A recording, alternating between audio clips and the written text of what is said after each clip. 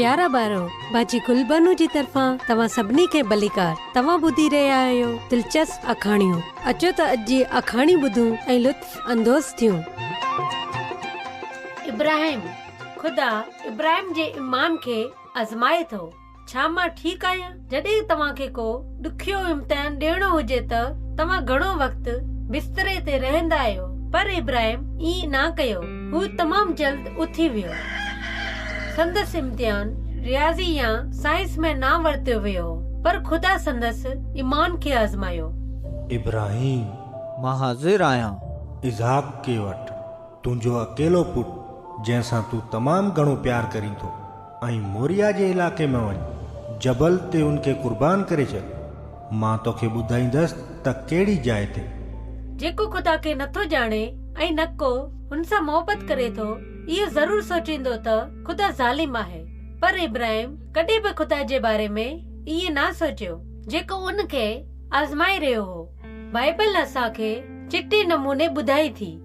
इब्राहिम जल्द उथी ऐं पंहिंजे गॾे खे तयारु कयो। हुन कुर्बानी लाइ काठियूं वरतियूं ऐं 2 नौकर ऐं पंहिंजे पुटु इसहाक खे बि पाण सां गॾु वरितो। उन्हनि तक़रीबन 75 मील जो सफ़र कयो। इहा हिकु वॾो सफ़र हो, हिकु अहिड़ो सफ़र जंहिं ते इहे के बि वक़्तु मोटे सघंदा। 3 ॾींहं खां पोइ इब्राहिम खे जबल नज़र आयो। हुन पंहिंजनि नौकरनि सां ॻाल्हि कई। हिते ई गधा सां गॾु तरसो। मां ऐं मुंहिंजो पुटु ख़ुदा जी इबादत करण लाइ वञी रहिया आहियूं। पोइ असां वापसि अची वेंदासीं। छा तव्हां ॿुधो?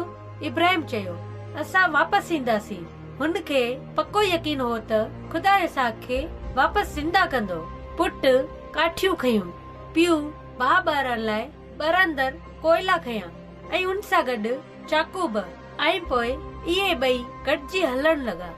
बाबा, चओ मुंहिंजा पुट। असां वटि काठियूं ऐं भाउ आहे, पर कुर्बानी लाइ घेटो किथे आहे?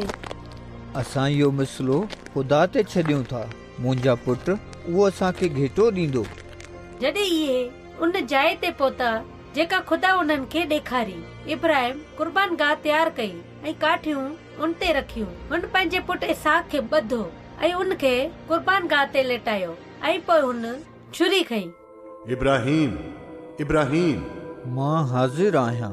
पंहिंजे पुट खे ज़ख़्मी ना कर। हाणे मूं ॾिसी वरितूं त तूं पंहिंजे पुट खां वधीक पंहिंजे ख़ुदा सां मोहबत करीं थो।